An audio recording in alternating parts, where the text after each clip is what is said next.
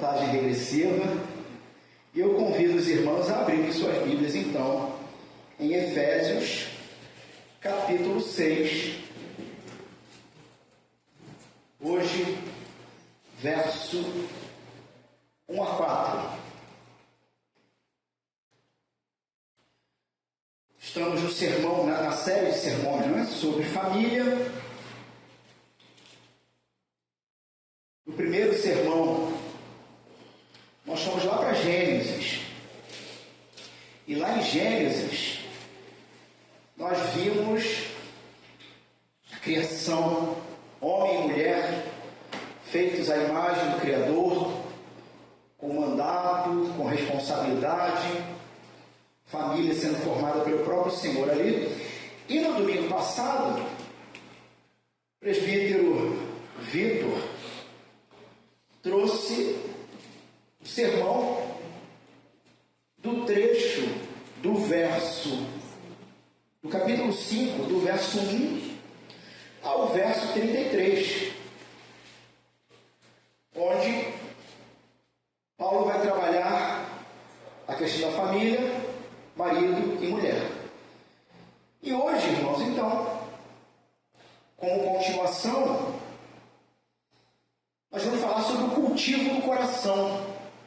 Filhos que obedecem com honra, pais que criam sem ferir. Então, como que é essa relação pais e filhos a partir da perspectiva do Evangelho? Vamos ler. A partir do verso 1 diz o seguinte: Filhos, obedeçam os seus pais no Senhor, pois isto é justo. Honre o seu pai e a sua mãe, que é o primeiro mandamento com promessa, para que tudo corra bem com você e você tenha uma longa vida sobre a terra. E vocês, pais, não provoquem os seus filhos a ira, mas tratem de criá-los na disciplina e na admoestação do Senhor. Amém. Esta é a palavra do Senhor. Podem se assentar.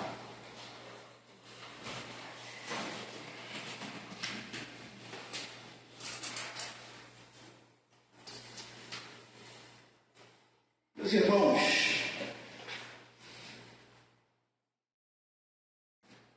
eu preciso começar esse sermão,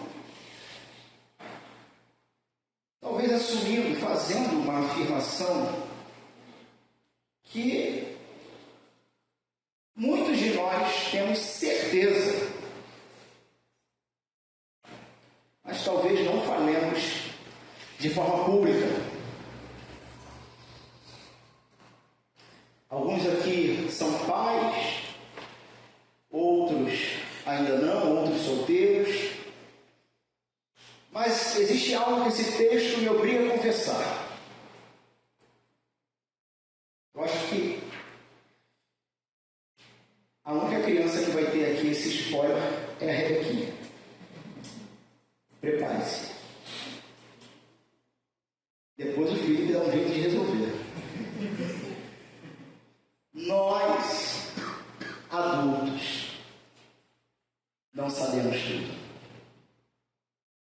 Espero que não seja um choque para ela. Nós, adultos, não sabemos tudo. Nenhum adulto sabe tudo. E nós nos auto-enganamos. Alguns tentam sublimar essa verdade. Outros simplesmente reconhecem, mas sabem que falar isso de forma audível pode, de repente, diminuir, sabe, seu status quo, principalmente na família. Me lembro da primeira vez em que eu saquei, lá no final da adolescência, para a juventude, que eu saquei que o meu pai, numa determinada situação, não fazia a mínima ideia do que estava fazendo, mas fingia firmemente que eu percebi. Então é muito interessante essa realidade de que, no fim das contas, eu tinha pensado até em iniciar o sermão citando um trecho de uma canção popular. Resolvi não fazer, para que ninguém ficasse cantando a música enquanto eu prego. Mas no fim das contas, pais e filhos, a diferença se encontra no tempo de vida na Terra e uma experiência que se adquire no processo. Só que quando nós somos crianças, nós olhamos para os pais e realmente acreditamos que eles sabem de tudo. E o grande problema disso são as crises, os traumas, as neuras que todos nós, em alguma medida, carregamos com isso. Ou porque depositamos uma confiança, ou talvez o melhor termo não seja confiança, mas projetamos. Tem um youtuber, não sei se nem seria um youtuber, eu vi ele no YouTube, mas é um sujeito que o nome dele é Lucas Schudler, que vale a pena garimpar algumas coisas boas que ele fala sobre família. E ele vai, num determinado momento de uma fala dele, dizer o seguinte: muitas vezes nós confundimos os pais verdadeiros com os pais que nós achamos que temos ou que tivemos. Falamos sobre relação com os pais já adultos, muito mais dentro de uma projeção que você criou do que uma realidade. Uma projeção que, inclusive, pode ter sido criada para se proteger. Mas o grande fato é que, no fim das contas, se não tivermos uma base segura para conduzirmos nossas vidas e ensinarmos os nossos filhos, irmãos, estaremos perdidos. A base segura é a própria palavra de Deus. Muita gente, inclusive, se frustra até comigo, né? Porque aquela figura de autoridade, o pastor, quantos, talvez vocês aí, realmente acham que eu sei tudo. Deixa eu te contar um segredo. Eu não sei tudo. Eu não tenho a resposta para tudo. E eu não sei nem mesmo como agir exatamente, perfeitamente, em toda e qualquer situação. Eu não sei. E muitos se frustram comigo porque eu não faço a mínima questão de fingir que sei. Eu não sei. Estou aprendendo muita coisa no processo com vocês. Veja, é um sujeito de 44 anos falando isso. Sei que não parece. Mas falando isso, publicamente. Meus irmãos, talvez a pergunta que nasce desse texto é a seguinte: bom, como cumprir os versos 21 a 33 do capítulo 5 e o verso 1 a 4, que é o texto de hoje, de forma bíblica? Será que é na força da vontade? Será que depois de ouvir um sermão, como quem ouviu semana passada, ou que vocês irão ouvir hoje, tem relação com você se esforçar mais para alguma coisa? Me parece que não. Toda a base de construção e argumentação do apóstolo Paulo está no que nós chamamos de o telos do livro, da carta. O telos é o propósito. Quando você pega os primeiros capítulos de Efésios, você vai descobrir, Paulo vai revelar um segredo. Qual é o segredo? Que o Pai pretende em Cristo unificar tudo, e Cristo ser o cabeça sobre tudo. E a partir daí o apóstolo Paulo ele vai desenvolvendo a ideia de unidade. Então assim, se há um tema central em Efésios é unidade. Unidade. Porque tudo vai ser unido em Cristo. No decorrer então dos capítulos, quando nós chegamos aqui, e espero que você esteja com a sua Bíblia aberta, quando nós chegamos aqui no verso 18 do capítulo 5, dê uma olhada aí. Diz o texto o seguinte, verso 18 do capítulo 5: e não se embriaguem com vinho, pois isso leva à devassidão, mas deixem-se encher do Espírito. E do verso 19 em diante, até o verso 19 e 20, perdão, Paulo vai dizer como encher-se do Espírito. Não é o tema de hoje. Mas essa premissa aqui é importante, Porque o que o apóstolo está dizendo é o seguinte: bom, encham-se do Espírito. Deixem-se encher do Espírito. Versos 19 e 20 você vai ver que encher-se do Espírito tem conexão direta com vida dentro de comunidade e culto. Mas não é esse o tema do sermão hoje. E após ele dizer, encham-se do Espírito, você vai para o verso 21. Sujeitem-se uns aos outros no temor de Cristo. Então, com esses dois versos, nós temos o que podemos chamar de uma moldura para tudo que vem do verso 22 até o verso 9 do capítulo 6. Então, veja. Eu poderia fazer uma pergunta para vocês. Como se sabe que alguém está cheio do Espírito? Como você sabe que está cheio do Espírito? Ah, pastor, porque eu senti um arrepio. Meu amigo, se você colocar o dedo na tomada, você vai ter vários arrepios. Vários arrepios. Não, pastor, porque eu senti algo diferente. Dependendo do que você coma, também vai sentir algo diferente. A grande questão é que, e nós já estamos falando sobre isso, desde a Páscoa para cá, em torno deste tema, ou desta ideia, de que espiritualidade cristã não está condicionada apenas a algo que transcende, a uma ideia de espiritualidade subjetiva. Espiritualidade cristã está totalmente relacionada com imanente, com o que você vê e toca, com a maneira como você se relaciona com a vida. Não há dicotomia. Então, como se sabe que alguém está cheio do Espírito? A palavra de Deus tem vários indicativos para essa resposta. Mas nesse texto, Paulo responde aqui de uma maneira surpreendente. Pastor, eu preciso fazer um teste, eu estou cheio do Espírito? Paulo vai dizer, olhe para sua casa. Porque a ideia é que alguém que foi cheio do Espírito, verso 18, o Espírito enche, verso 18, e o sinal de que ele encheu vai aparecer em sujeitem-se uns aos outros no temor de Cristo, verso 21.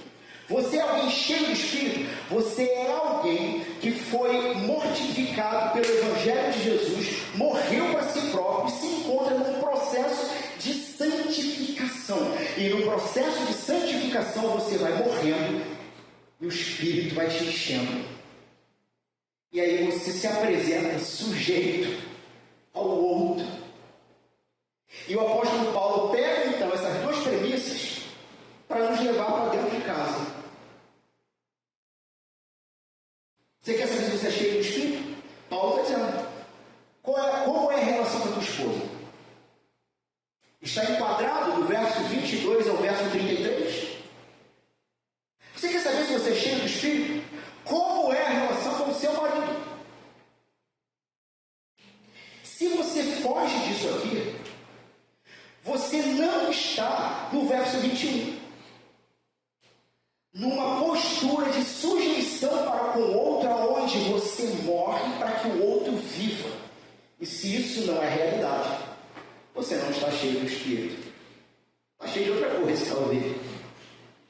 Mas não do Espírito. Então, encher-se do Espírito e, como desdobramento, sujeitar-se uns aos outros no temor de Cristo vai desembocar nas três relações mais comuns da vida do lar. Marido e mulher, pais e filhos, e no contexto aqui de Paulo e a igreja de Éfeso, senhores e servos.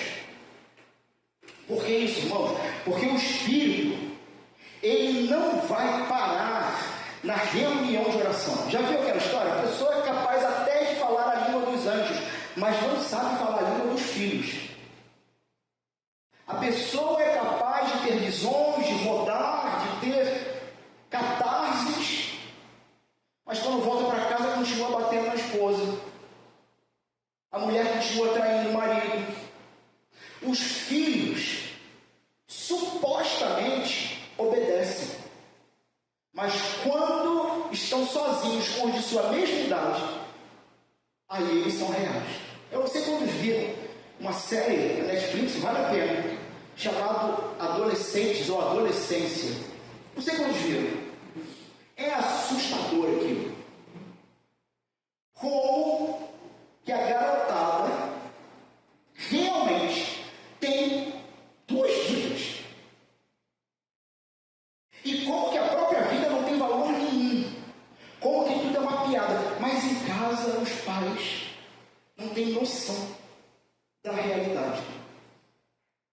Na igreja, os filhos, santos.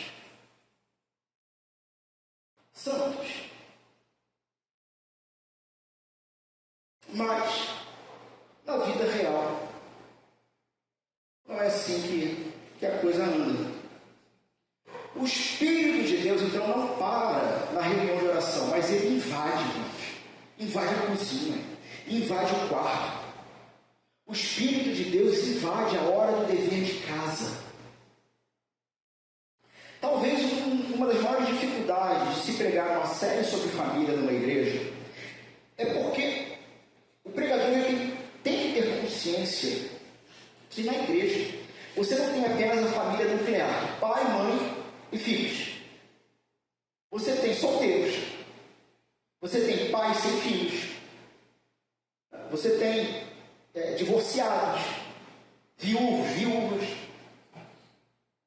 Portanto, tudo que a gente fala aqui, você tem que, se você se encontra em uma dessas condições, diferente da família nuclear, já casado, com filho, você tem que entender que a aplicação aqui, ela se estende para o que nós falamos no primeiro sermão, o conceito de família estendida.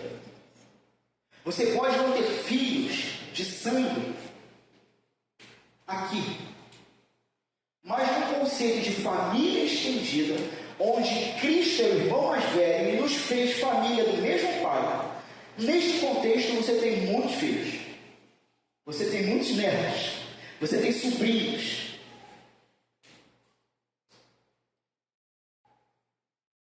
Como que você pode ser cheio do Espírito? Como é a relação também com a sua família estendida? Meus irmãos, o apóstolo Paulo, ele era fenomenal no que a gente pode chamar de diagnóstico cultural. E ele, se você pegar essa ótica de leitura das cartas de Paulo, você vai perceber o tempo todo. Ele faz análise cultural, ele só não está dizendo, mas ele está fazendo. Ele faz análise cultural e ele aplica o evangelho naquela cultura como um antivírus. Nesse texto aqui, nós temos o que eu chamei de um cavalo de Troia. Quem lembra da história do cavalo de Troia? O famoso presente de grego. Os gregos, em guerra com Troia, enviam um cavalo de madeira de presente, mas dentro estava cheio de soldados. Pois é. Por que eu digo que isso aqui é um cavalo de Troia? No mundo greco-romano, havia um molde fixo para casa. Qual era esse molde fixo? O pater familias, ou seja, o pai, o chefe da casa, o chefe da família, que possuía a pátria potestas, o poder absoluto. Um poder, inclusive, de vida e morte sobre todos os dependentes daquela casa. Então, por exemplo, existem registros antigos em que um deles é a escrita, é um papiro de um marido que escreveu para a esposa: olha, se nascer menina, lança fora. O pater-famílias, o chefe da casa, ele tinha poder praticamente absoluto, inclusive de executar filhos desobedientes. De manhã eu falei adolescente, e até brinquei que adolescente é um termo moderno, né? Que carrega todo um bojo. Na época não tinha esse termo, acho que não tinha porque morria. A turma naquela época, décima de adolescente como a turma de hoje, o pater-famílias não tinha, e o Estado não intervia, porque fazia parte daquele contexto cultural. Filósofo Sêneca, ele vai falar em afogar os que nascem fracos. Nasceu fraco, nasceu deformado, pode afogar. Então, nesse contexto, o chefe da família, o marido, ele era força pura na sua mão. Paulo vai pegar esse molde e vai injetar nesse molde o vírus do Evangelho, ou antivírus, né? Por quê? Por fora, para um vizinho romano, a casa cristã, ela parecia uma casa romana qualquer. Então, eu sou romano, meus vizinhos são cristãos. Olhando por fora, bom, a esposa, caramba, continua submissa ao marido. Ele continua ali gerindo. Os filhos, olha. Aí eu que sou romano penso, óbvio, se o filho der mole, o pai manda matar. Eu faria. Eu sou romano. Então, aos olhos do vizinho romano, é uma família comum. É uma família comum. Mas, por dentro, a dinâmica da força foi substituída pela dinâmica do serviço. Então veja, Paulo mantém a estrutura é mantida. O que muda? A essência. A essência foi redimida. Nós temos aqui um cavalo de Troia teológico. Paulo não deixou a cultura ditar a ética da igreja. Não é a psicologia que dita a ética da igreja. Não é a filosofia que dita a ética da igreja. Não é a cultura pop. Não é, sei lá, eu não acompanho ninguém dele. Esse, qualquer famoso desse pop aí. Não são eles que ditam. Então Paulo não deixa a cultura ditar. Só que Paulo também não isola a igreja da cultura. Ele não diz, vamos viver agora uma redoma.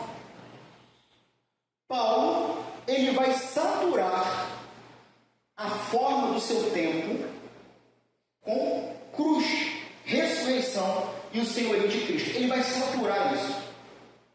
E aqui então, irmãos, nós temos o ponto central que vai segurar o sermão inteiro, tá? Que diante de um filho difícil, há um instinto natural humano. Diante de um filho difícil, há um instinto natural humano. Qual é o instinto? É tentar gerenciar aquele comportamento. Como? Por exemplo, suborno. Então, é um filho difícil. Aí o pai e a mãe olham e falam assim, como é que eu vou resolver isso? Ó, se você varrer a casa, eu te dou um dinheirinho. É um suborno. Ameaça. Barganha. Grito. Irmãos, e os pais presentes talvez possam confirmar. Esse tipo de coisa funciona? Funciona. Por alguns dias. Por alguns dias. Mas depois o coração volta a aparecer. Porque o problema humano não está primariamente no seu comportamento, mas está na fonte do comportamento, o seu coração. É por isso que a tratativa, seja com filhos legítimos, seja com filhos na fé, sabe, aquele sujeito que você precisa discipular, novo na fé, vamos preparar para batizar. E eu percebo nesse sujeito ainda muitos traços da antiga vida. Só que o cara é crente mesmo, mas ele precisa discipular. A primeira coisa que eu tenho que tratar não é necessariamente o seu comportamento, mas a fonte dos seus desejos. Por que você continua desejando se comportar dessa forma? Com isso, o Evangelho está interessado primeiramente no coração. Só que não é esse o estilo dos pais. Existe um termo, um conceito, uma abordagem, melhor dizendo, dentro da psicologia, que entende o comportamento humano principalmente a partir de estímulos, respostas e consequências. Se chama behaviorismo. É a ideia de você gerenciar uma situação através de estímulo, resposta e consequência. Um treinamento externo. Behaviorismo. Um autor chamado Ted Tripp, junto com a sua esposa, Marge Tripp, escreveram Pastoreando e Instruindo o Coração da Criança. Compre esse livro. Compre esse livro. Ted Tripp, ele vai dizer que behaviorismo, ou seja, essa tentativa de gerenciar a vida dos filhos, moldando o comportamento, é tentar colher um fruto bom de uma fonte podre, poluída. Ou seja, tentar mudar apenas o comportamento visível sem tratar as motivações profundas.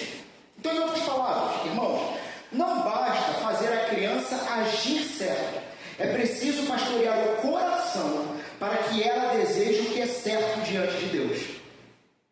Paulo, então, irmãos, não está nos ensinando a controlar a superfície nem dos pais e nem dos filhos, mas está nos chamando a entregar o coração dos dois ao Senhor. Então, se você esquecer tudo, guarda essa frase. Lembre-se que é o Senhor que está regendo e controlando os dois lados, pais e filhos, dentro de casa, e que Ele quer o coração e não apenas uma obediência de fachada. Nós vamos ver isso em 3 movimentos, ou vamos tentar, porque de manhã, no último movimento, eu tive que acelerar. Primeiro movimento, então. Filhos, obedeçam e honrem no Senhor. Verso 1 e 2.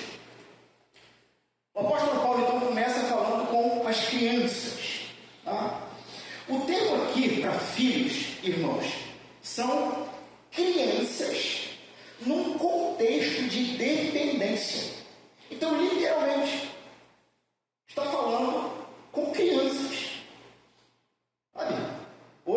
Hoje se chama adolescentes, mas crianças do seu dias, horas de vida, até um contexto de dependência dos pais.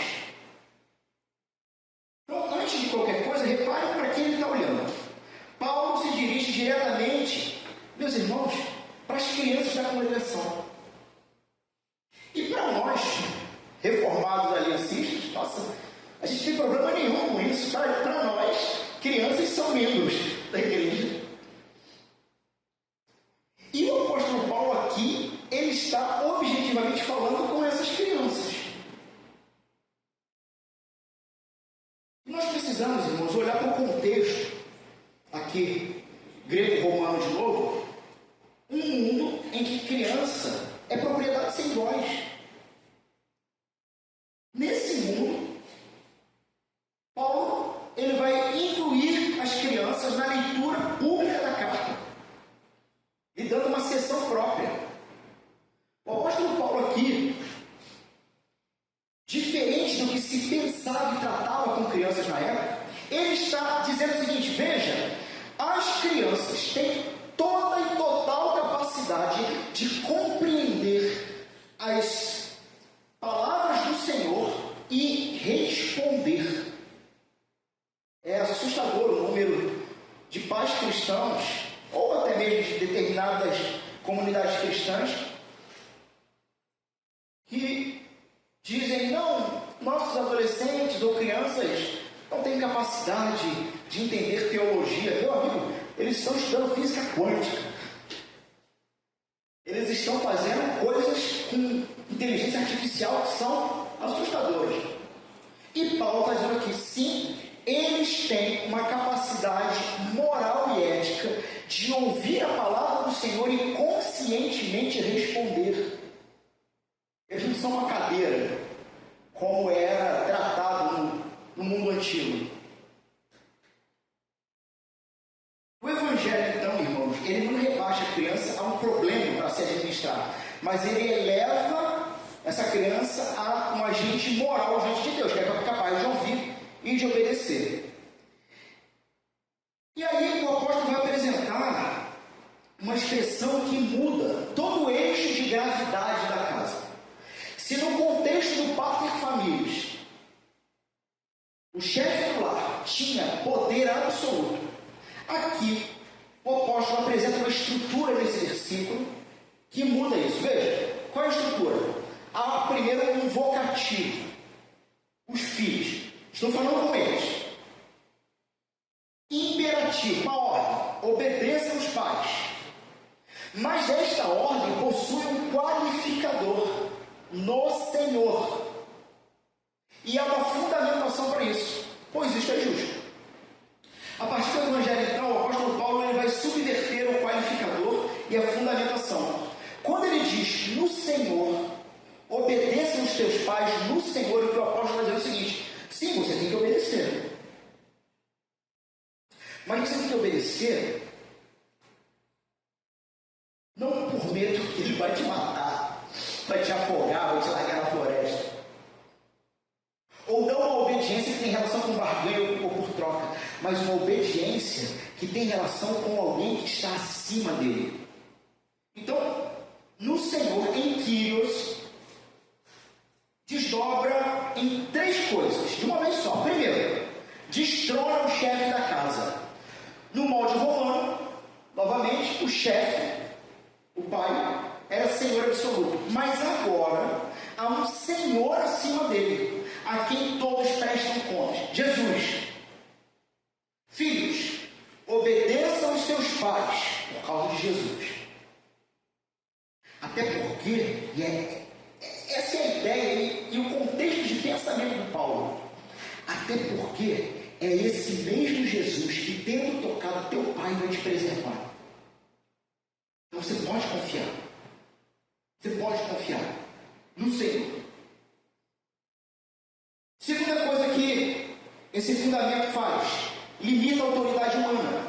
A obediência ao pai deixa de ser cega. Se o pai exigir algo contra o Evangelho, a lealdade a Cristo prevalece.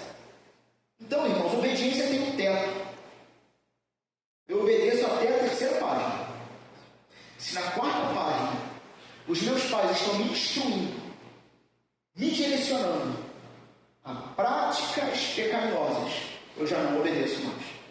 É no Senhor, não é uma obediência cega. Então assim, olha, meu pai mandou eu entrar na loja das Americanas e pegar aquela caneta. E eu tenho que obedecer, senão estou pecando contra a palavra que diz que eu tenho que obedecer. Não, há um teto. É o Senhor. E por fim, eu já falei, eleva a dignidade. A criança, que antes era vista como propriedade, agora tem a opção de responder em obediência. Sabe o que significa isso, irmãos?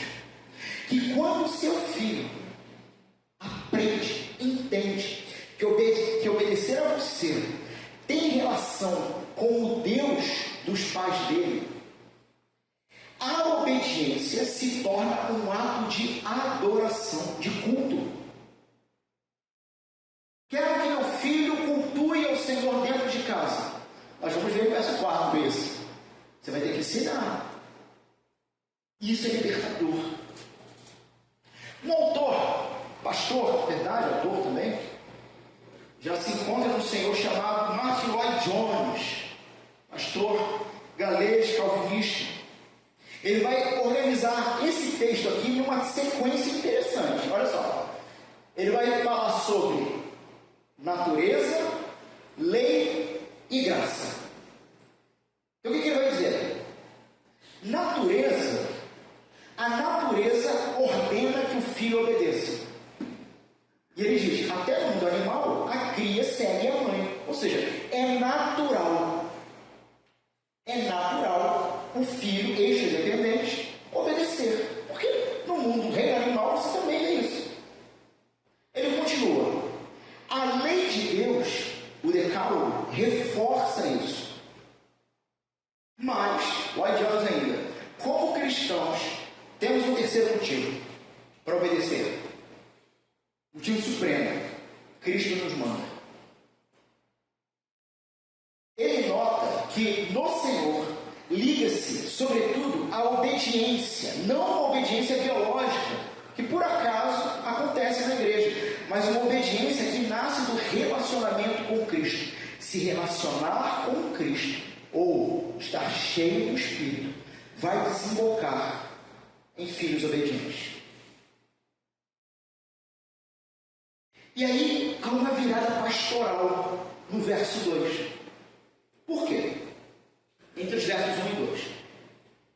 O que Paulo começa falando sobre obediência, obedecer como dever da criança, tem relação com algo que acontece quando essa criança está sob a tutela de alguém. Só que honrar, verso 2, citado nos 10 mandamentos, se torna então um dever para toda a vida. Algo que começa com obediência, porque você deve, porque isso é justo, porque você depende. Alguém poderia dizer, bom, então quando eu não depender mais, o que eu faço? O que eu faço? Você vai honrar. Honrar.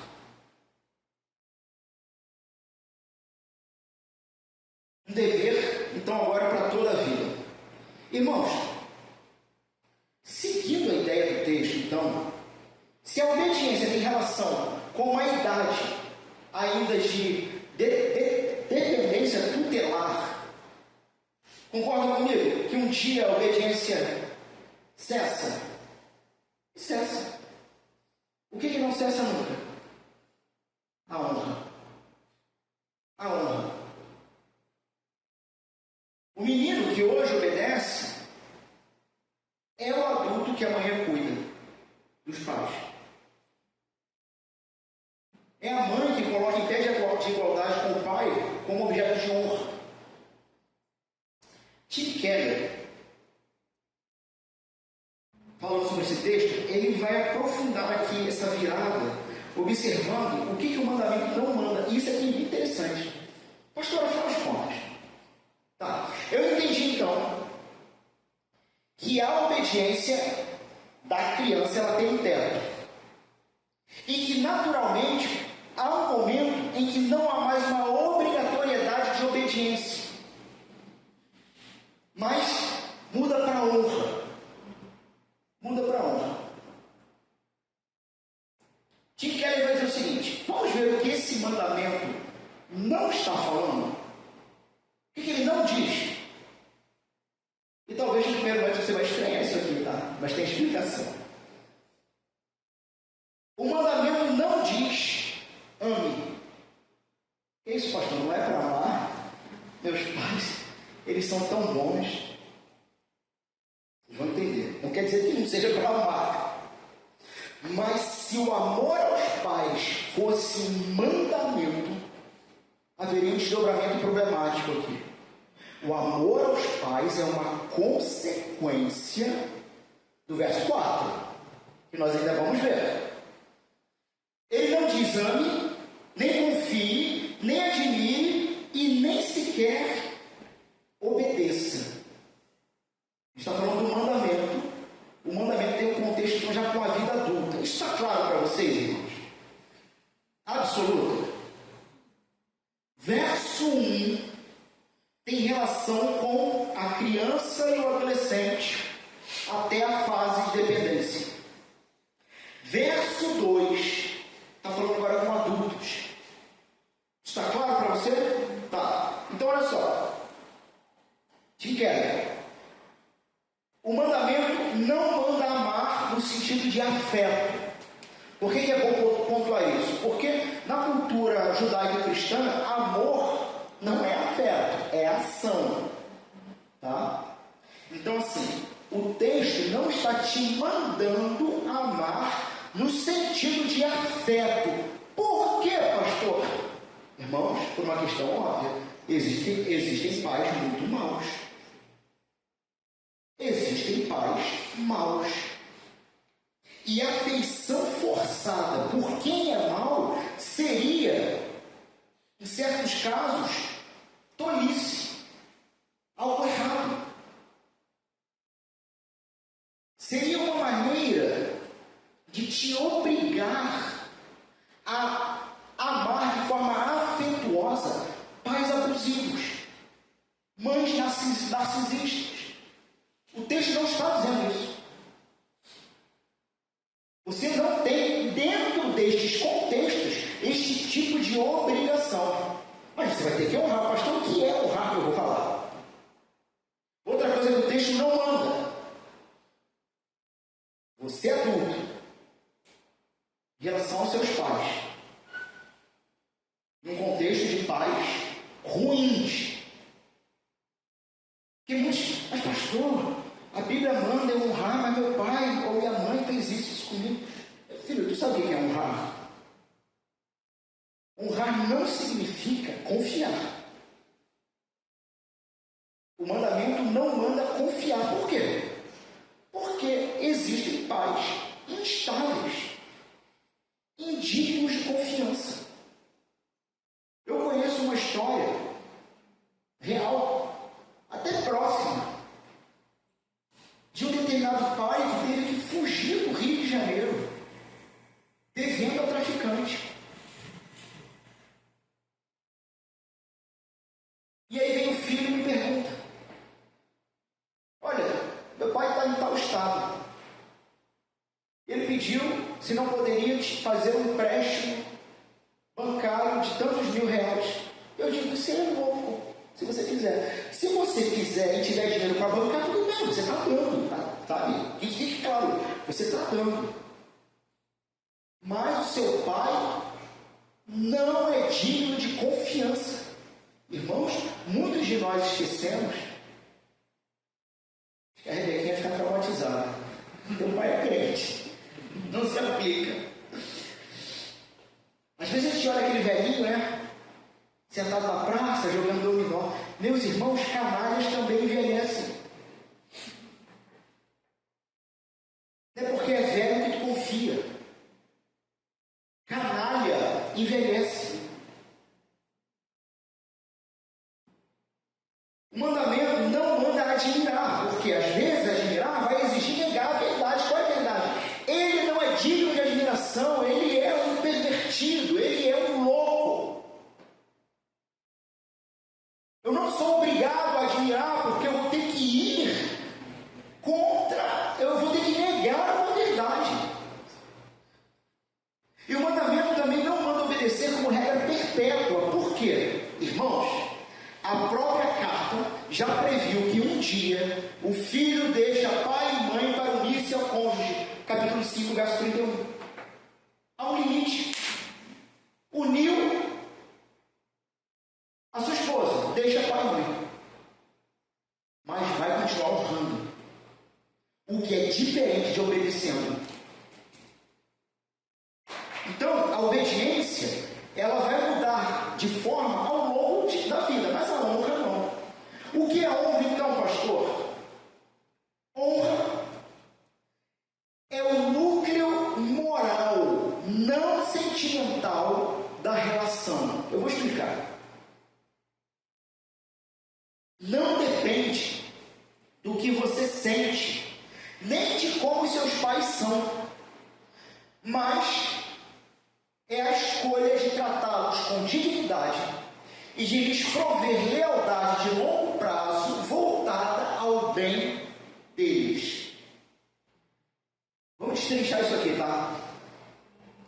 Honrar pai e mãe não é, antes de tudo, uma emoção. É uma postura moral tomada e decidida.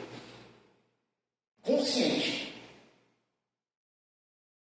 Então vamos por partes aqui na frase. Honrar não se baseia em sentimentos. Honrar não exige que você sinta afeição, que confie cegamente, que admire ou que concorde com tudo que seus pais dizem ou fazem. Essa distinção é vital, porque alguns pais podem ser falhos, instáveis, manipuladores, narcisistas e abusivos. Honrar não depende do que você sente. Você pode estar ferido, decepcionado, distante emocionalmente, mas ainda assim, não importa o que você sente, você tem que honrar. Não importa.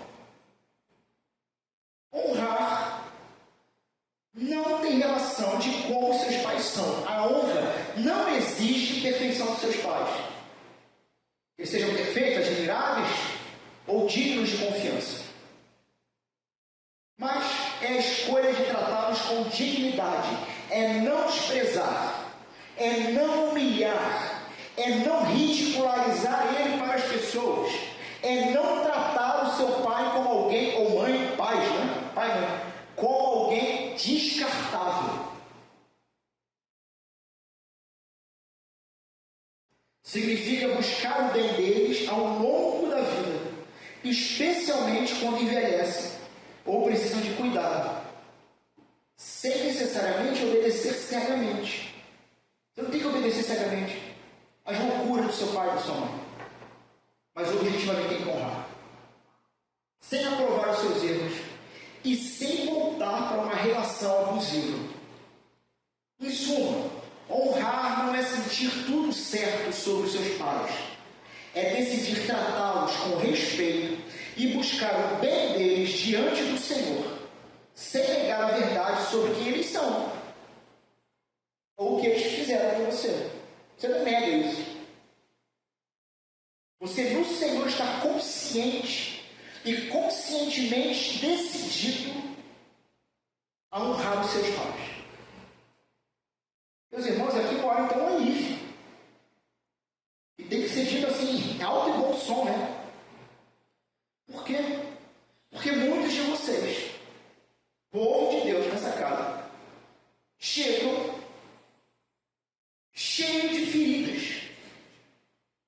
Feridas que nasceram dentro da sua casa. É o filho adulto que cresceu sob um pai manipulador, controlador, uma mãe narcisista. E aí esse filho pensa assim, não, se eu honrar, eu vou voltar para o controle dele. Não, não volta. Não é isso que o texto está dizendo. Você pode honrar sem obedecer, sem submeter à autoridade dele, sem confidenciar sua vida para ele, sem aprovar o que ele faz, e ainda assim tratá-lo com respeito e zelar pelo bem dele até onde te for possível.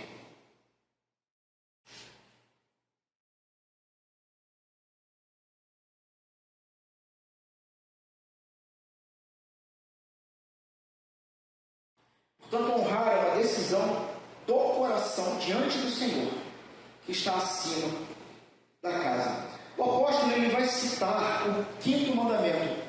Irmãos, pela manhã, eu gastei um bom tempo explicando o 5º mandamento, do verso 2. Mas eu vou resumir, para a gente ganhar tempo, e eu vou conseguir fechar verso 3 e 4. O texto diz assim, verso 2, não é isso? Honra seu pai e sua mãe, que é o primeiro mandamento com promessa. Verso 3, para que tudo corra bem com você. Bom, irmãos, por que ele diz que é o primeiro mandamento com promessa? Se você olhar os 10 mandamentos no capítulo 20 de Êxodo, você vai descobrir que o primeiro mandamento com promessa lá é o 2º mandamento. É o 2º. Onde lá há uma promessa sobre misericórdia. O Senhor exercer misericórdia nas gerações da sua família. Tá? Existem 4 explicações para por que Paulo está dizendo que o 5º mandamento é o primeiro com promessa. Por não termos tempo, eu vou resumir e vou apresentar apenas a explicação mais forte. Tá? A explicação mais forte é porque no 2º mandamento do Decálogo, dos 10 mandamentos, aquela promessa de misericórdia do Senhor, ela é muito ampla e se aplica, na verdade, a todos os mandamentos. Então a gente poderia dizer meio genérica. É assim, bom, a misericórdia do Senhor é uma promessa dele, mas está atrelada a tudo que está ali. Enquanto o 5º mandamento apresenta essa promessa como algo específico se você cumprir. Entendeu? Então, por isso, primeiro mandamento com promessa. Porque é o mandamento em que a promessa é específica para ele. Bom, irmãos, e que promessa é essa? Uma promessa dupla. Nós vamos ver aqui, nesse 2º movimento do sermão, no verso 3, que a vida floresce dentro de uma esfera criada por Deus, não fora dessa esfera. Quais são essas duas promessas? Primeiro, para que tudo corra bem com você. O que significa essa frase aqui? Para que tudo corra bem com você. Tem relação com uma certa qualidade de vida e uma relação com o shalom hebraico. Paz, integridade, bem-estar completo. É isso que significa para que tudo corra bem com você. É a shalom de Deus. Segunda promessa, e tenha uma longa vida sobre a terra. E o texto, ele está falando de quantidade de vida. A ideia, irmãos, é que a honra às autoridades legítimas, começando em casa, cria um ambiente em que a vida e a civilização se preservam. Ou seja, irmãos, uma sociedade em que a geração nova despreza os mais velhos é uma sociedade colapsada. Colapso total. E é exatamente nesse contexto que a igreja de Jesus, a família do Senhor, é sal e luz. E descolapsa todos que chegam quebrados e desorientados.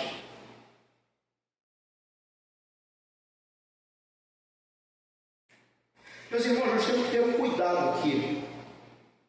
Porque alguém vai dizer, bom, então, como eu quero viver muito nessa terra, eu vou honrar meu pai e minha mãe, né, para viver aí, ver se eu chego aos 80, 90, 115, sei lá. Meus irmãos, nós temos que ter dois cuidados aqui. Primeiro, contra a prosperidade. Veja, essa promessa não é uma equação matemática. Por quê? Simples. Existem filhos piedosos que morrem jovens. E filhos rebeldes que chegam à velhice. Então, não é um toma lá da cá. De novo, Mark Lloyd Jones, ele vai dizer, ser filho obediente não garante necessariamente vida longa. É uma promessa de caráter proverbial. É assim, é o mais comum. Se você tem uma vida de obediência na infância e de honra, que é um desdobramento da obediência depois, você e toda a sua casa vão experimentar uma shalom, uma paz, onde naturalmente espera-se que não haja conflitos que lhe tirem a vida. Essa é a ideia. Então trata-se de um princípio geral, e não um contrato, obedeceu, recebeu, né? Outro perigo, moralismo. Então, essa promessa também não é um filho comprando o favor de Deus, mas é a descrição de como a vida funciona dentro da esfera da graça. Você não obedece para entrar nessa esfera, você obedece porque a graça te colocou lá. Deixa eu ilustrar isso para vocês, tá? Pense num galho, que em nome da autonomia, esse galho se arranca do tronco, porque ele quer ser livre. Eu quero ser livre, quero ser autônomo. Então esse galho se arranca do tronco. Ele pode até parecer livre por um instante, mas o que vai acontecer? Vai murchar depressa. Por quê? Cortou a fonte da seiva. Sabedoria, proteção, herança moral. Irmãos, ir bem e ter vida longa é o que acontece com o galho que permanece ligado ao tronco. Que permanece em obediência e honra. Então essa é a esfera que Deus cria. Essa é a borda da esfera vista por dentro. Então, imagina uma esfera. Eu estou fora da esfera. Eu olho para as famílias cristãs. Estou de fora. E eu penso assim, o sujeito é escravo. O sujeito é preso. Só que o que está dentro da esfera, ele olha para a borda e diz o seguinte, bom, eu vou até aqui. Honra e obediência. E dentro dessa esfera divina, eu sou cuidado. Depois de exigir obediência, então, e honra dos filhos, Paulo ele vai virar o espelho aqui para a figura de autoridade. Verso 4. O pai. Pais, verso 4. E vocês, pais, não provoquem os seus filhos à ira, mas tratem de criá-los na disciplina e na admoestação do Senhor. Por que eu estou dizendo aqui que ele vira para a figura de autoridade aqui, o pai? Irmãos, é óbvio, tanto que no português nosso está assim, pais, não é? Vocês, pais, porque é óbvio que as mães, elas também estão incluídas nisso aqui, e principalmente na cultura, né, moderna, onde você tem centenas, milhares de lares que não há a figura do pai, mas a mãe precisa fazer essa figura. Só que olha que interessante, no grego, a palavra aqui é pater. É o apóstolo Paulo voltando de novo o seu olhar para o pater famílias, para o chefe. Alguns autores vão dizer, talvez, pelo menos por dois motivos. Primeiro, porque parece que é muito natural a figura masculina algo mais agressivo, enquanto que a feminina é algo mais doce. Então esse seria um primeiro motivo. Alguém vai dizer, por que quando uma mãe grita com seu filho, aquela criança absorve de uma maneira que passa. Mas quando o pai grita com o seu filho, aquilo causa mais profundos na alma daquela criança. Alguns vão dizer que é por causa da questão de figura e função. A função da mãe, a maternidade, ela tem uma função que tem relação com o amor, com o cuidado, com a ternura. Enquanto que a relação do pai, ela tem uma relação de proteção. Ele é o leão. Ele é o chefe da família, ele é o protetor. E que quando uma criança então ouve o pai gritando, a ferida na alma ela é profunda, porque aquele que deveria proteger está machucando. Bom, isso é papo de psicólogo. Mas faz sentido. Faz algum sentido. Me parece. Mas talvez o real motivo de Paulo estar voltando aqui à figura do pai é de novo. Bom, eu estou subvertendo a sociedade com o Evangelho. Então deixa eu me direcionar novamente para aquele que está comandando esse lar. Meus irmãos, aqui, esse verso 4 é um dos versos mais contraculturais do Novo Testamento. Por quê? Como eu já falei, a lei romana não colocava nenhum limite moral sobre como o pai tratava o filho. E Paulo, ele está chocando a cultura, sabe como? Colocando um limite teológico sobre o poder do pai. A autoridade paterna não é direito de tirania. É isso que Paulo está dizendo. A autoridade do pai não lhe confere um direito tirânico, mas um dever de pastoreio. E aqui nós temos uma nova estrutura. O vocativo agora são os pais. É o foco do que vai ser trabalhado. Há uma proibição: não provoquem a ira. Há um mandamento positivo: mas nutram. Como? De duas formas: disciplina e admoestação.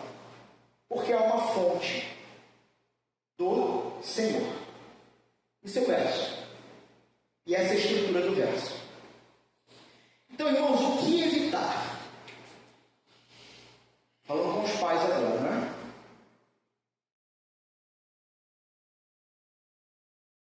E novamente, a gente não pode perder de vista o conceito de família estendida. Porque, de uma certa maneira, aquilo que você está aplicando no seu lar você vai ter que aplicar em outros momentos na família da fé. Discipulados, novos convertidos, disciplina e administração para crescimento no Senhor. O que evitar? A paternidade que esmaga. Então nós temos aqui, não provoquem a ira, não exasperem, não levem a criança a uma ira crônica, amargurada. Paralelo aos Colossenses 3,20 explica, para que não desanime. Pergunta, talvez você esteja fazendo, como que o pai provoca o filho a ira? Como? O que tu acha? Vamos lá, algumas maneiras. Por exigências irracionais, favoritismo, humilhação pública, disciplina inconsistente, hipocrisia, abuso físico ou emocional. Autoridade, irmãos, exercida sem graça, vai gerar rebelião silenciosa. Tem um autor chamado Douglas Wilson, no livro Filhos Educando daqui para a Eternidade. Douglas Wilson acrescenta aqui um ângulo que muitos não percebem. O quê? Exigência crua, sem instrução, também é provocação. Você exige que seu filho esteja na igreja. Mas de segunda a sábado você não para em nenhum momento para explicar o porquê. O que isso significa?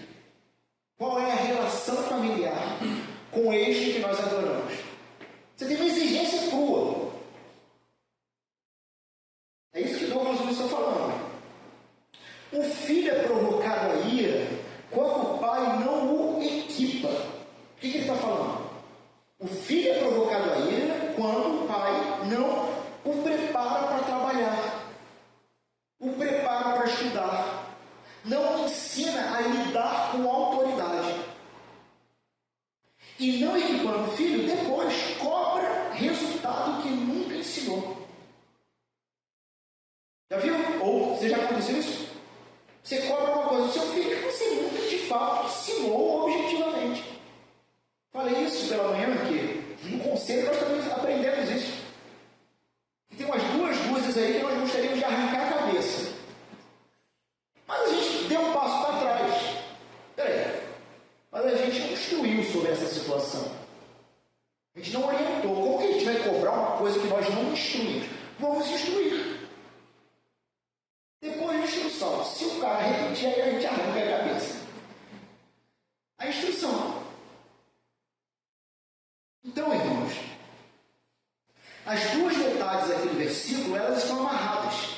Ensinar a fazer o mundo, ensinar e fazer o mundo ter sentido para a criança é uma maneira de não provocá-la a ira.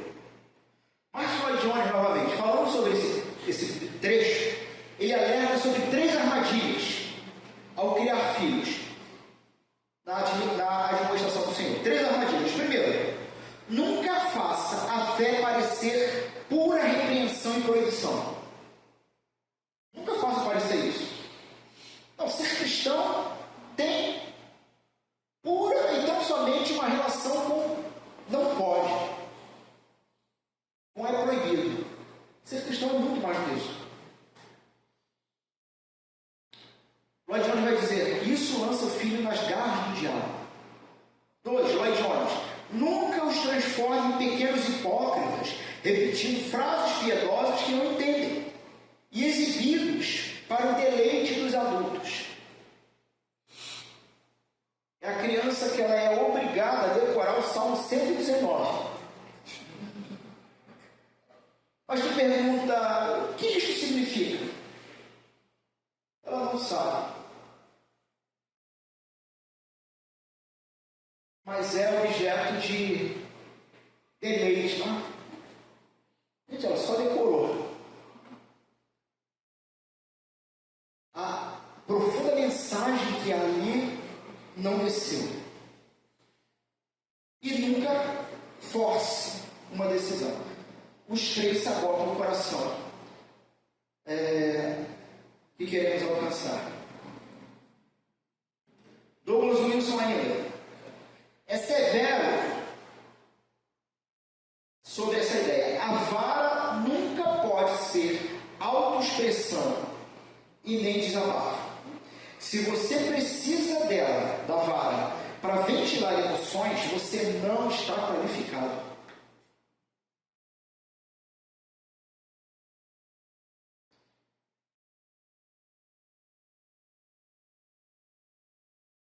E aqui nós vemos então novamente o behaviorismo, né? O atalho por pai cansado, uma manipulação comportamental. Ted Tripp mostra aqui esse problema. Esses métodos, troca, barganha, ameaça pela ameaça, mudam o comportamento por fora e deixam o coração intocado. É como um fruto que ele não está vinculado ao tronco, mas ele foi grampeado com prego. O fruto vai apodrecer, porque não está ligado de verdade a seio. E é um nome bíblico para isso. Fariseu. O nome bíblico também há um outro nome que só ele pode mudar o que é interior e exterior, o Evangelho.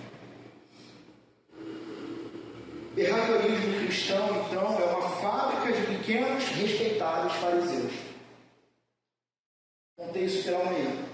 A história que eu ouvi há muito tempo atrás. Um relato, um testemunho de um pai, em que já era tarde da noite, criança brincando na sala, brinquedo, bolinha, e o pai disse o seguinte: fulano, está na hora de dormir, guarde as bolinhas e vá para o quarto, vá para a cama. Ao que aquela criança olhou para o pai e disse: não. Fulano, pega as bolinhas, guarda as bolinhas e vai para o quarto, vai dormir. Não. O pai pega o chinelo. 1, 2, 3 chineladas. Fulano, pega a bolinha e vai para o seu quarto. E a criança, coisa de 7, 8 anos, segurando o choro. Não. Orgulho humano, né? Não. Mais 2, 3 chineladas. Fulano, pegue a bolinha, guarde e vai para o seu quarto. Depois da terceira sessão de chinelada, a criança lacrimejando, sem gritar, não fala nada, recolhe os brinquedos, guarda, mas antes de ir para o quarto, saindo da sala, ele vira para esse pai e diz o seguinte: 7, 8 anos, aqui eu não peguei. Aqui eu não peguei. Peguei aqui. Mas o meu coração, essa é a ideia, né? O meu coração continua rebelde à sua vontade. Os irmãos, inclusive, muitas vezes é assim que nós lidamos com Deus, né? Aparentemente eu faço o que Ele quer, mas o meu coração continua rebelde à vontade dele. Porque eu não quero. Eu não o amo a ponto de querer obedecer. O coração só muda por uma força, o Evangelho. Toda correção, toda consequência, toda conversa precisa apontar para o Evangelho. O apóstolo então vai dizer o seguinte: vou ter que acelerar mais um pouco também, assim como de manhã. O apóstolo vai dizer o seguinte: não provoque seus filhos ainda, mas tratem de criá-los.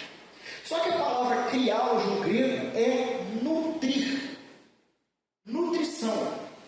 Então, Paulo está dizendo: criem, nutram, façam crescer com cuidado e esforço. Há um contraste então aqui, irmãos. A paternidade cristã, ela é fundamentalmente nutritiva e não somente restritiva. Você não apenas impede, restringe algo, mas você ativamente nutre.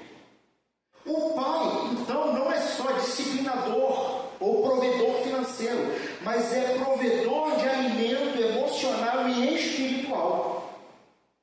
O verbo aqui, meus irmãos, ele vai exigir um envolvimento ativo e afetuoso. E isso, de novo, quebra o paradigma romano, em que lá o pai delegava a educação aos paidagogoi, os escravos tutores. Paulo está dizendo, não, você não tem que delegar a nutrição intelectual, emocional e espiritual ao Estado. Você não tem que delegar a filosofia. Você não tem que delegar nem mesmo, veja, a igreja. A igreja do Senhor é um braço do corpo que está aqui para auxiliar, instruir e cuidar junto dos filhos. Mas dentro de casa, você é o primeiro responsável. O apóstolo Paulo está devolvendo aqui o filho para o colo do pai.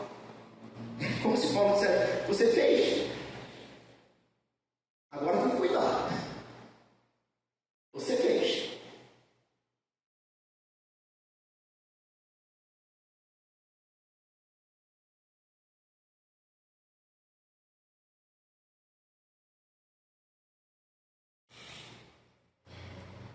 Então o versículo, ele vai desembocar agora numa outra ponta.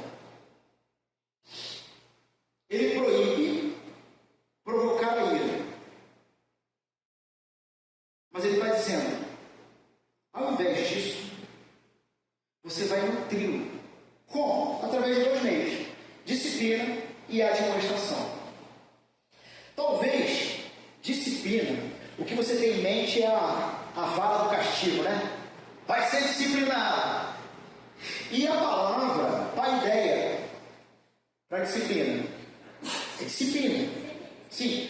Mas disciplina, vejam, irmãos, como uma ação que tem uma intenção de treinamento. Em outras palavras, é formação pela ação. Vai para muito além de disciplina física. Sabe o que significa? Não se trata de uma punição vingativa para aliviar as frustrações, mas disciplina se trata de formação de hábitos justos. Em outras palavras, liturgia doméstica. Hora para acordar, hora para comer, hora para estudar, hora para estar com Deus, hora para estar com os amigos, hora para dormir. Disciplina aqui não é tão somente, também envolve, quando necessário, a correção física, que é o último caso. Porque a correção física, ela acontece quando a disciplina dos hábitos e a admoestação que nós vamos ver, a criança não obedeceu. Mas no primeiro momento, a disciplina tem relação com a criação de liturgias. Porque liturgia forma e molda o coração, transformando aquilo que o coração dos seus filhos ama, apontando para o Senhor. Como você vai formar então hábitos? Os hábitos do seu filho, se você não tem nenhuma preocupação em formar os seus próprios hábitos, a sua própria liturgia. Como que você vai fazer isso? Percebe que primeiro corta fundo na gente? E aí Paulo usa a segunda palavra. Notecia, admoestação, significa literalmente colocar na mente. É a instrução e correção verbal que apela à consciência. Enquanto a paideia, a disciplina, trabalha comportamento, a notecia, a admoestação, trabalha o coração e a persuasão moral. Douglas Wilson amplia paideia para além da sala de aula. Ela é a realidade abrangente que cria cultura, forma hábitos. Perceba, irmãos, pense nos primeiros cristãos. Os primeiros, lá atrás, os primeiros cristãos. Eles vão receber essa ordem de criar os filhos na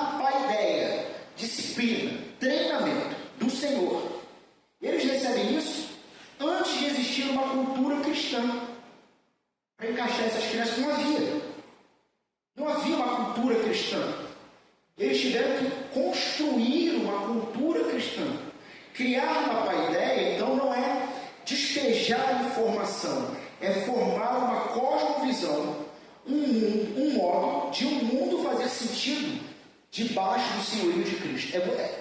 Você cria liturgias e hábitos com seus filhos, mostrando para eles que este mundo só faz sentido e é maravilhoso quando está debaixo da ordem do Senhor Jesus, através de hábitos litúrgicos, entendendo que toda liturgia é algo que constantemente se repete.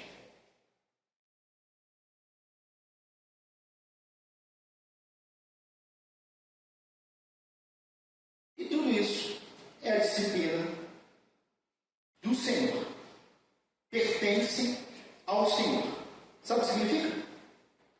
Que os hábitos que você vai formar com seus filhos e a demonstração fazem você não dono dos seus filhos, mas um mordomo do Senhor, que está gerenciando os meios de graça que Deus dá para que você forme seus filhos. O pai, então, não educa segundo filosofias seculares. O pai não educa segundo suas frustrações. Sabe, pai que despeja, que projeta sobre o filho o sucesso que nunca teve? O pai não educa segundo tradições familiares caídas, mas segundo o padrão de Cristo. A meta não é reproduzir uma réplica do pai terreno, mas é discipular para o Senhor. Paul Tripp aqui vai dar o nome exato para essa posição do pai. É um embaixador, que é diferente de um proprietário. É um embaixador. O proprietário, o que lida com seus filhos como posse pessoal, busca nos filhos a própria identidade, sobrecarrega o filho com o peso do seu amor próprio e encara falhas do filho como ofensa pessoal. Daí, ira. O embaixador sabe que não tem autoridade nenhuma em si próprio. Ele existe só porque ele representa um rei. Por baixo, então, da ira e do autoritarismo, há um ídolo, controle. E mais fundo ainda, identidade. Paul Tripp, ele vai mostrar o pai proprietário buscando no seu filho, identidade pessoal, sucesso, reputação. Qual é a mentira que muitos pais acreditam? Se eu controlar o meu filho com força bastante, se o meu filho der certo, isso vai provar meu valor. Mas o Evangelho vai desmontar isso, porque a sua identidade está garantida no rei que você representa. Então você cria a partir da plenitude e não da carência.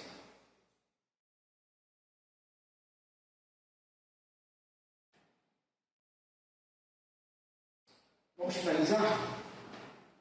Meus irmãos, se o sermão parasse aqui, ele terminaria numa boa lei, tá?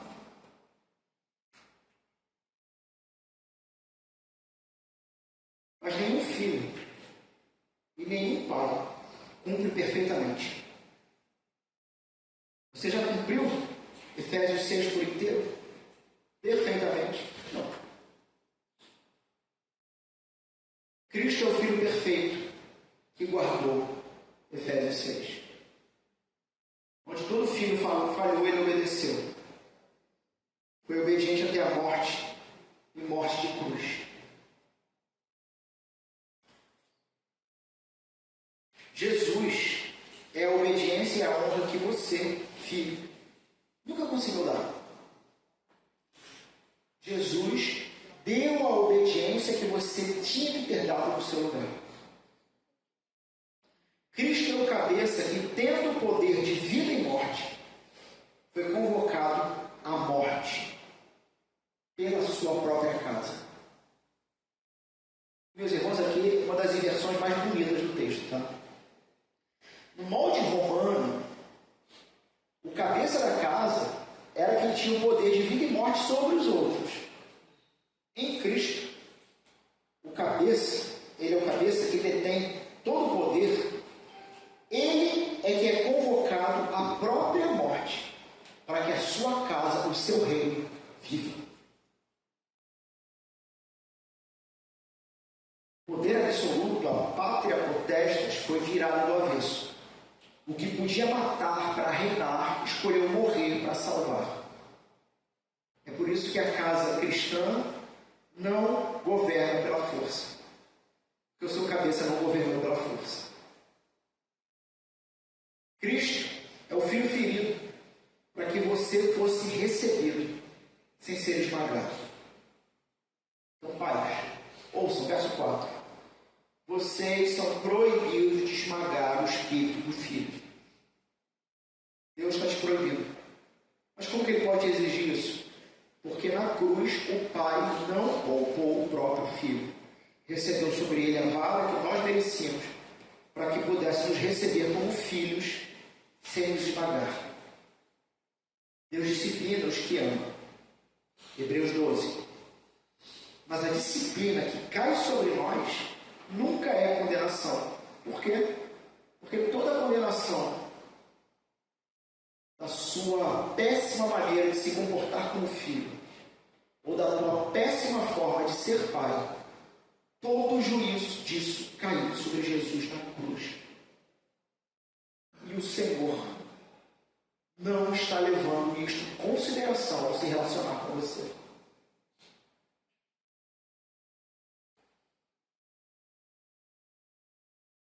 Pense na família cristã, então, não como uma instituição civil, mas como uma estufa. Lá fora da estufa, o clima é hostil. Ventos de rebelião, geadas de autoritarismo, tempestades de desconstrução moral. A estufa, o lar cristão, é um ambiente controlado, construído com o vidro da aliança. O pai é o jardineiro que mantém a temperatura. Se for negligente, as plantas morrem de frio. Se for sufocante, murcham de calor. Os filhos são as plantas. Honra e obediência são as raízes que aprofundam no solo. E a estufa, ela não existe para isolar a planta do mundo para sempre, né? Mas para fortalecer, equipar, inclusive, contra os perigos reais. Até quando isso? Até que a raiz da planta se torne suficiente para ser transplantado e dar fruto na terra, ampliando o jardim do Senhor.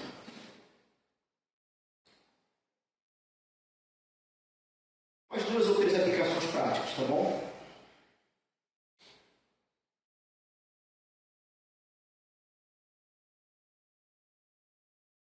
Aos filhos e adolescentes.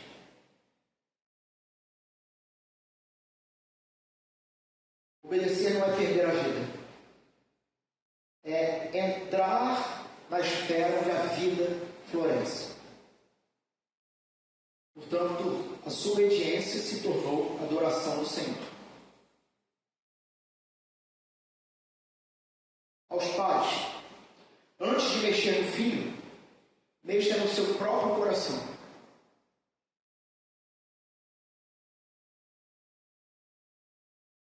Em qual dessas 4 áreas de poltrona você está sendo proprietário e não embaixador? Identidade, trabalho, sucesso, reputação. Que tipo de peso você tem colocado sobre o seu filho? Onde a sua disciplina, na verdade, é alívio de frustração.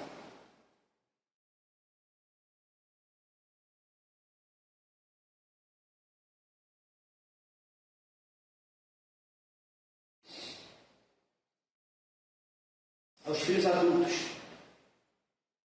com pais idosos.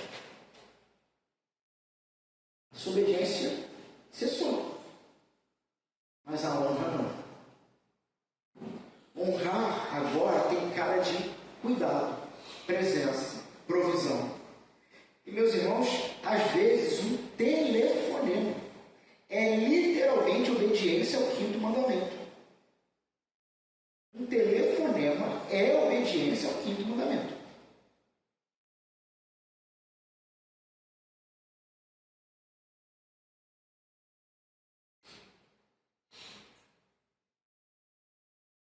nossa igreja. Somos família da aliança, não um evento religioso. A casa não é, então, a única estufa, mas a comunidade é estufa também. Meus irmãos, concluindo,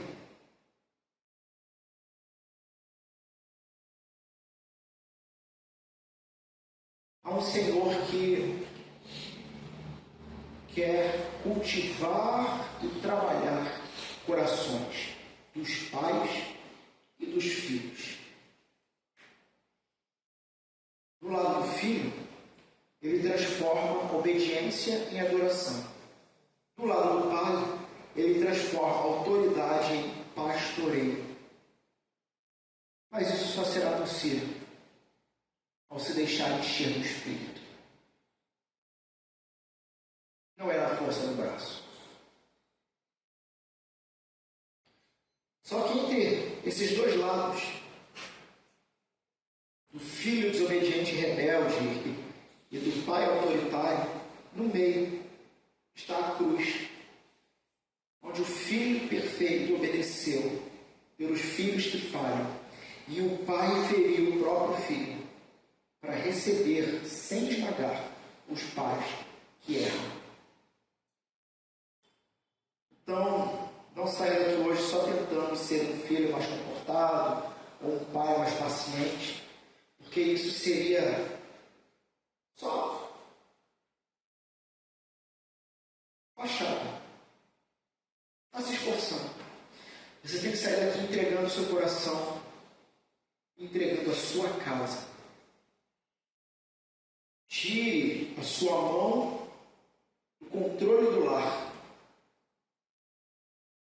e ponha esse controle à mão do Senhor. E a palavra do Senhor, então, faça morada na sua casa a partir dessa noite.